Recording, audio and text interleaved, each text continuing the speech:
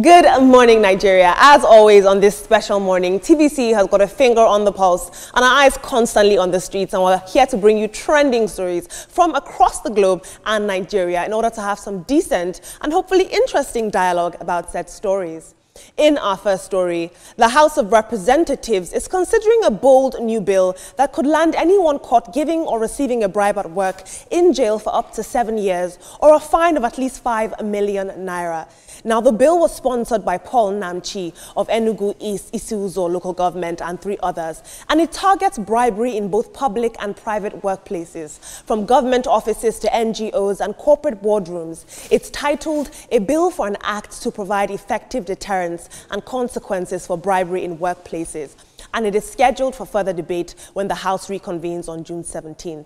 Now, under this proposal, offering or accepting anything of value, cash, gifts, favors to influence a workplace decision will carry stiff penalties, including jail time and financial sanctions.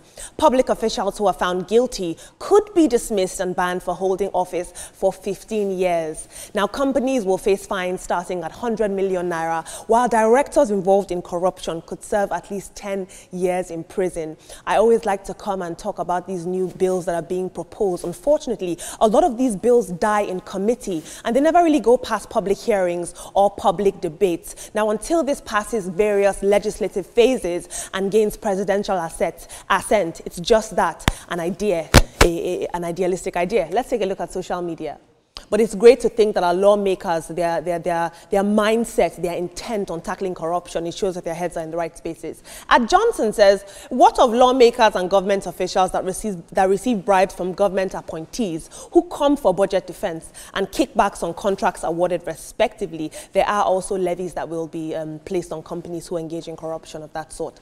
Our Sagie says if they can give answers to theirs during budget padding and awarding of contracts and even what they collect from people seeking political appointments, position, etc., that